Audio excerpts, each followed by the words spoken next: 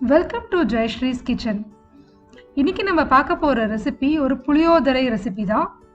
நம்ம கல்யாணத்துலலாம் புளியோதரை சாப்பிட்ருப்போம். அதை எப்படி பண்ணலாம் அப்படிங்கிறது தான் இன்றைக்கி நம்ம பார்க்க போகிறோம். புளிக்காய்ச்சல் பண்ணிவிட்டு புளியோதரை எப்படி பண்ணலாங்கிறத பார்க்கலாம். ஸோ இதுக்கு ஒரு எலுமிச்சம்பழம் அளவுக்கு புளியை எடுத்து நம்ம ஊற வச்சுக்க போகிறோம். நல்லா ஒரு சின்ன எலுமிச்சம்பழம் அளவுக்கு எடுத்துட்டா போகிறோம். ஸோ இது நம்ம எடுத்து வெந்நீரில் ஊற வச்சுக்கலாம். ஒரு கப் வெந்நீரில் 10 நிமிஷம் ஊற வச்சுக்க போகிறோம். ஸோ இதுக்கப்புறம் இது ஊற வச்சதுக்கப்புறமா நம்ம ஒரு ட்ரை ரோஸ்ட் பண்ணி இந்த கொத்தமல்லி விதை தனியா இருக்கு இல்லையா, அதை எடுத்து நம்ம பவுடர் பண்ணி வச்சுக்கலாம். அதே மாதிரி வெந்தயத்தையும் பவுடர் பண்ணி வச்சுக்கலாம். நீங்கள் கடையில் வாங்கின தனியா பொடி யூஸ் பண்ண வேண்டாம், டேஸ்ட்டு கெட்டு போயிடும். இந்த புளி ஊற வச்சதை நம்ம 2 கப் தண்ணி விட்டு அந்த புளி கரைச்சலை எடுத்து வச்சுக்கிறோம். மொத்தமாக 2 கப்பு தான். 1 டீஸ்பூன் எண்ணெய் விட்டுண்டு 15லேருந்து 20 ரெட் சில்லி அதில் சேர்த்துட்டு நம்ம அதை நல்லா மொறுமொறுன்னு ஆகிற வரையிலும் வறுத்துக்கலாம். காஷ்மீரி ரெட் சில்லி போட வேண்டாம், நம்ம நார்மல் மிளகா தான் போட்டுக்கலாம். இது நல்லா மீடியம் ஃப்ளேமில் வச்சுட்டு ரொம்ப கருப்பாக ஆகிடாதக்கி நல்லா மொறுமொறுன்னு வர்ற மாதிரி நம்ம கிறிஸ்பாக இருக்கிற மாதிரி நம்ம வறுத்துக்க போகிறோம். இந்த தனியாவும் வெந்தயமும் எண்ணெய் விடாதக்கி ட்ரை ரோஸ்ட் பண்ணிக்கணும். அது கொஞ்சம் குறைன்னு தான் வரும், ஏன்னா நம்ம கம்மி குவான்டிட்டி போடுறனால. நீங்கள் கொஞ்சம் நிறையா கூட அரைச்சி வச்சுக்கலாம். குறைன்னு இருந்தால் கூட பரவாயில்ல. வெந்தய பவுடர் கடையில் வாங்கினது யூஸ் பண்ணால் பரவாயில்ல, பட் தனியா பவுடர் நீங்கள் வீட்டிலையே அரைச்சிக்கோங்க. இப்போ இந்த மிளகாலாம் நல்லா ஆறினத்துக்கு அப்புறமா நல்லா கையை வச்சு நம்ம நல்லா பிசைஞ்சு விட்டுக்கலாம். மிளகாவெல்லாம் க்ரஷ் பண்ணி விட்ட மாதிரி அது ஈஸியாக நொறுங்கிடும் நம்மளுக்கு. இதுக்கப்புறமா கையை நல்லா லெமன் அண்ட் சோப் வாட்டர் போட்டு நல்லா வாஷ் பண்ணிவிடுங்க, இல்லாட்டினா ரொம்ப காரம் இருந்துகிட்டே இருக்கும் கையில்.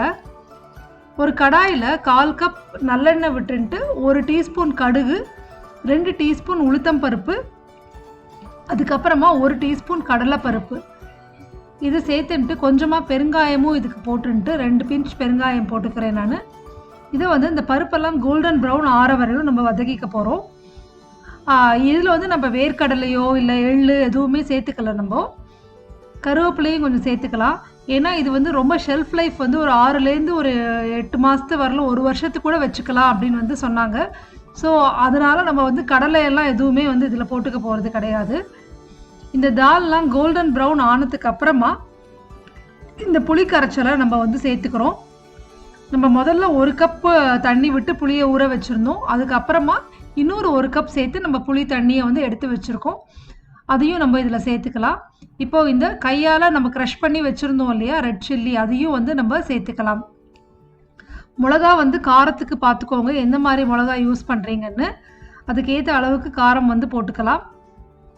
இதெல்லாத்தையும் நல்லா மிக்ஸ் பண்ணிவிட்டு இதில் ஒரு 1/2 டீஸ்பூன் மஞ்சள் தூள், அப்புறம் நம்ம பொடி பண்ணி வச்ச வெந்தய பவுடரில் ஒரு 1/2 டீஸ்பூன், உப்பு தேவையான அளவுக்கு இதெல்லாத்தையும் போட்டுன்ட்டு இதெல்லாத்தையும் நல்லா மிக்ஸ் பண்ணிவிட்டு இப்போ இது நல்லா கொதிக்கட்டும். இது நல்லா கொதித்து நம்மளுக்கு ஒரு புளிக்காய்ச்சல் கன்சிஸ்டன்சியில் வரணும். அதுக்கு ஒரு 20 நிமிஷம் வரலும் இது நல்லா ஒரு மீடியம் ஃப்ளேமில் வச்சு நம்ம கொதிக்க விட போகிறோம். வெந்தய பவுடர் 1/4 டீஸ்பூனுக்கு மேலே போட வேண்டாம், அப்புறம் ரொம்ப கசந்து போன மாதிரி ஆகிடும். ஸோ இது அப்பப்போ நல்லா மிக்ஸ் பண்ணி விட்டுக்கோங்க. 1/2 டீஸ்பூன் வெல்லமும் சேர்த்துக்கிறேன். வெல்லம் நம்மளுக்கு அந்த ஸ்பைஸ் எல்லாம் நியூட்ரலைஸ் பண்ணுறதுக்கு சரியாக இருக்கும். இல்லைன்னா ரொம்ப காரம் அடிச்சுன்னு இருக்கிற மாதிரி ஆகிடும், இல்லைனா புளிப்பு ஜாஸ்தியாக இருக்கிற மாதிரி ஆகிடும். ஸோ வெல்லம் இது எல்லாத்தையும் நம்மளுக்கு பேலன்ஸ் பண்ணிவிடும். இப்போது இதை நல்லா மிக்ஸ் பண்ணிக்கலாம். நம்ம அப்பப்போ கலரி விட்டுட்டே இருக்கலாம். கொஞ்சம் கொஞ்சமாக பார்த்திங்கன்னா திக்க ஆயிண்டே வருது.